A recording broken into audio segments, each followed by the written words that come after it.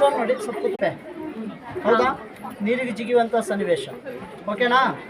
ಎರಡನೇದಿದೆಯಲ್ಲ, ಕೋತಿದೆ ಅಲ್ವಾ?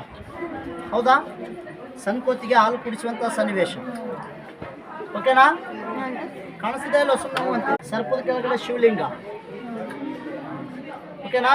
ಹಾಗೆ ಹನುಮಂತ ಜಂಪ್ ಆಗ್ತಾನಲ್ಲ ಲಂಕಕ್ಕೆ, ಎರಡು ಕಾಲುಗಳು, ಇದು ಬಾಲ. ಹಾವಿದೆ ಅಲ್ವಾ, ಸ್ನೇಕ್, ಮೂವ್ ಆಗುವಂಥ ಸನ್ನಿವೇಶ, ಸರ್ಪ.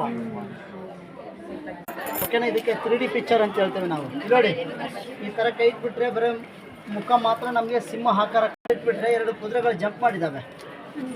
ಹೌದಾ? ಆ ಕಡೆ ಈ ಕಡೆ ಹಾಗೆ ನೋಡಿ, ಇದೆಲ್ಲ ಮುಚ್ಚಿಬಿಟ್ರೆ ನಾವು ಏನು ಕಾಣಿಸ್ತಾ ಇದೆ?